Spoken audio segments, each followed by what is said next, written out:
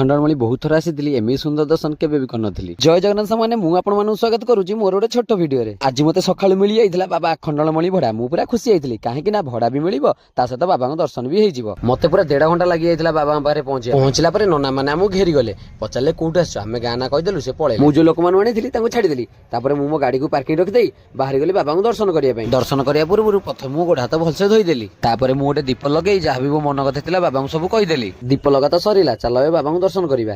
ଯାହା କୁହ ସାଙ୍ଗମାନେ, ବାବାଙ୍କୁ ଦର୍ଶନ କଲା ପରେ ମୋ ଆତ୍ମା ପୁରା ଶାନ୍ତି ହେଇଗଲା। ଯାହା ହଉ ବାବାଙ୍କ ଦର୍ଶନ ତ ଭଲରେ ହେଇଗଲା। ଚାଲ ଏବେ ଗାଡି ପାଖକୁ ଯିବା। କଣ କହିବି ସାଙ୍ଗମାନେ, ଦିନ ଆସି 2ଟା ବାଜିଲାଣି କିନ୍ତୁ ମୋ ଲୋକ ଏଯାଏଁ ଆସିନାହାନ୍ତି। ହେଇଲୋ ମୁଁ ଘରକୁ ଫେରିଲା ବେଳକୁ ମଙ୍ଗଳପୁର ବଜାର ପୁରା ଜାମ୍, କାହିଁକି ନା ଏଠି ବି ମେଲଣ ହୁଏ ଆଉ ଠାକୁର ପ୍ରସେସନ କରିକି ନେଇକି ଯାଆନ୍ତି। A1 ପଣ୍ଡା ମ୍ୟୁଜିକାଲ ଏତେ ଜୋରେ ବଜାଉଥିଲା ଯେ ମୋ ଗାଡି ପୁରା ଥରୁଥିଲା। ଯାହା କୁହ ସାଙ୍ଗମାନେ, ଯେତେ କଷ୍ଟ ହେଲେ ବି କଷ୍ଟର ପଇସା ଯେତେବେଳେ ମିଳିଯାଏ ସବୁ କଷ୍ଟ ଦୂରେ ଯାଏ। ଆଜିର ଭିଡିଓ ଥିଲା ଏତିକି, ରହିଲି। ହର ହର ମହାଦେବ। ଆଉ ହଁ, ଚ୍ୟାନେଲକୁ ଟିକେ ଲାଇକ୍ କରିବେ ଆଉ ଫଲୋ କରିଦେବେ।